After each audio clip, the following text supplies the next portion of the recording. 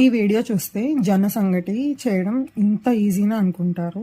First అయితే stove on చేసి బాండి పెట్టుకొని 1 గ్లాస్ జొన్న పిండికి 2 గ్లాసెస్ ఆఫ్ వాటర్ చొప్పున వేసుకోవాలి. సో నేను ఇక్కడ 3 గ్లాసెస్ ఆఫ్ వాటర్, కొంచెం సాల్ట్ అండ్ 1 స్పూన్ నెయ్యి కూడా వేసుకున్నాను. దీంట్లోకి 3 గ్లాసెస్ ఆఫ్ వాటర్ పోసుకున్నాను కాబట్టి 1.5 గ్లాస్ జొన్న పిండిని వేసుకున్నాను. జొన్నపిండి వేసేసి మొత్తం కలిపేసుకోవాలి ఉండలు లేకుండా. ఈ వాటర్ ఏం బాయిల్ అవ్వక్కర్లేదు. ఈ ప్రాసెస్ని ఇలా చేస్తే ఈజీగా ఉంటుంది అని నాకు అనిపిస్తుంది. నేను రాగి సంగటి కూడా ఇట్లానే చేస్తాను.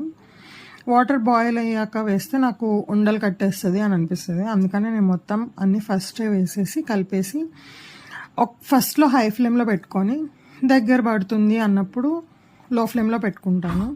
ఇలా పప్పు గుత్తి లేదంటే ఏదైనా చెక్క లేదంటే గరిటతో అయినా సరే ఉండలు లేకుండా కలుపుకోవాలి. ఒకసారి ఇలా దగ్గర పడిపోయిన తర్వాత లో ఫ్లేమ్లో పెట్టేసుకోవాలి. లో ఫ్లేమ్లో పెట్టేసుకొని కలుపుకుంటూనే ఉండాలి. ఇది ప్రాసెస్ మహా అయితే ఒక 10 మినిట్స్ పడుతుందేమో మొత్తం స్టార్టింగ్ నుంచి చేయడానికి. సో ఇలా కలిపేసుకుంటూ ఉంటే మీకు వీడియోలో చూపిస్తున్నట్టుగా ఇలా దగ్గర పడిపోతుంది. ఇలా బాగా కలుపుకుంటూ ఉండగా ఒక స్టేజ్లో అది గిన్నె నుంచి సపరేట్ అయిపోతుంది అనమాట. ఆ స్టేజ్ వరకు కలుపుకోవాలి. మీకు వీడియోలో చూపిస్తుంటే అర్థమైపోతుంది. సో నేను చూసారు కదా ఎంత సాఫ్ట్ కన్సిస్టెన్సీ ఉండలు లేకుండా ఎట్లా వచ్చిందో. ఇది మనకి ఇంకొక 2 మినిట్స్లో అడుగుని గిన్నెని కూడా వదిలేసి సపరేట్ అయిపోతుంది. చూసారు కదా ఇప్పుడు సపరేట్ అయిపోతుంది. సో ఇక్కడ ఈ స్టేజ్లో మనం స్టవ్ ఆపేసి మూత పెట్టేస్తే ఇంకొంచెం గట్టి పడిపోతుంది అనమాట.